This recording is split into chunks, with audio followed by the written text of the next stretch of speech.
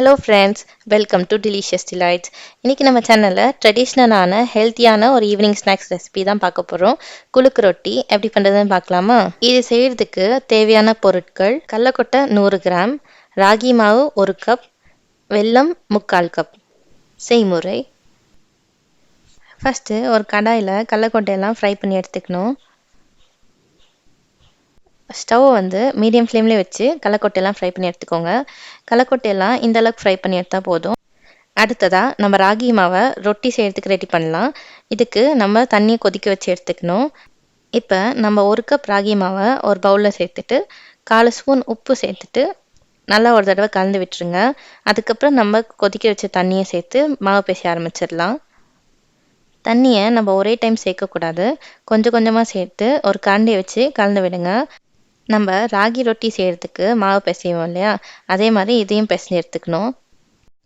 தண்ணி எல்லா மாவுலேயும் படுற மாதிரி சேர்த்துட்டு கொஞ்சமாக கை பொறுக்கிற அளவுக்கு சூடு வந்த பிறகு நம்ம கையிலே எல்லா மாவும் ஒன்று சேர்த்து ஒரு உருண்டையாக பிடிச்சி எடுத்துடலாம்.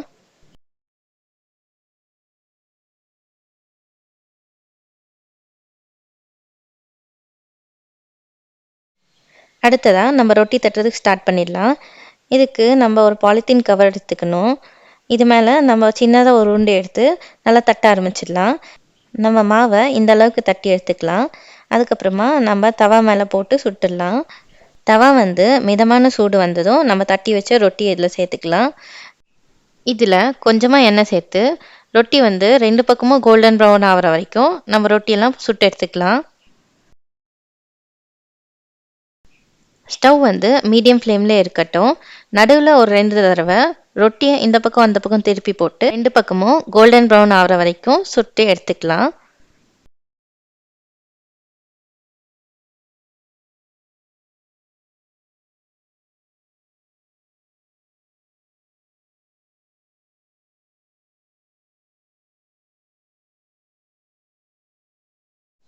பாருங்கள், நம்ம ரொட்டி இந்த அளவுக்கு சுட்டு எடுத்துனா போதும். இதே மாதிரி நம்ம பிசைஞ்சு வச்ச எல்லா மாவுலேயும் ரொட்டி செஞ்சு எடுத்துக்கலாம். இதுக்கப்புறம் நம்ம வறுத்து வச்ச கடலக்கொட்டையை தோலெல்லாம் எடுத்துட்டு நம்ம மிக்ஸி ஜாரில் பல்ஸ் மோடு கொடுத்து அரைச்சி எடுத்துக்கோங்க. இதுக்கப்புறம் நம்ம வெள்ளை பாகு ரெடி பண்ணிடலாம். அதுக்கு 3/4 கப் வெல்லத்தை வெல்லம் மூழ்கிற அளவுக்கு தண்ணி சேர்த்துட்டு வெல்லத்தெல்லாம் கரைச்சி எடுத்துக்கோங்க.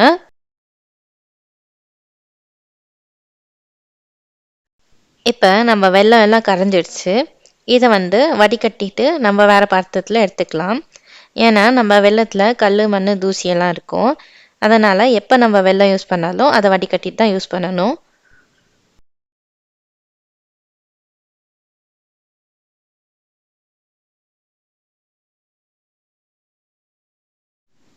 இப்போ நம்ம வடிகட்டி வச்ச வெல்லப்பாவை மீடியம் ஃப்ளேமில் ஒரு 5 மினிட்ஸ் கொதிக்க விடுங்க.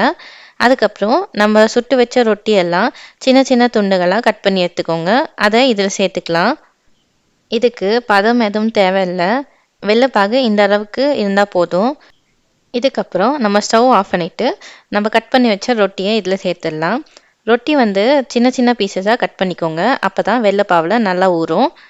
நம்ம கட் பண்ணி வச்ச ரொட்டியெல்லாம் வெள்ளைப்பாவில் சேர்த்துட்டு ஒரு தடவை நல்லா கலந்து விட்டுருங்க. அதுக்கப்புறம் நம்ம பொடி பண்ணி வச்ச கடலக்கொட்டையை இது கூட சேர்த்துக்கலாம். சேர்த்துட்டு ஒரு தடவை நல்லா கலந்து விட்டுட்டு மூடி வச்சுருங்க. இது நல்லா ஊறட்டும். ஒரு 10 நிமிஷத்துக்கு நல்லா ஊறிட்ட பிறகு இதை சூடாக சர்வ் பண்ணலாம். இது ரொம்பவே ஸ்வீட்டாக சூப்பராக இருக்கும். இது எங்கள் பாட்டி கற்றுக் கொடுத்த ரெசிபி.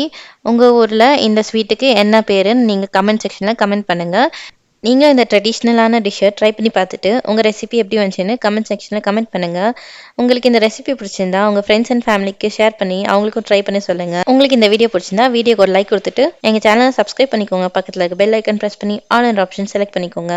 அப்போ தான் நாங்கள் போகிற அடுத்த வீடியோஸ் நோட்டிஃபிகேஷன் வரும். See you in the next recipe.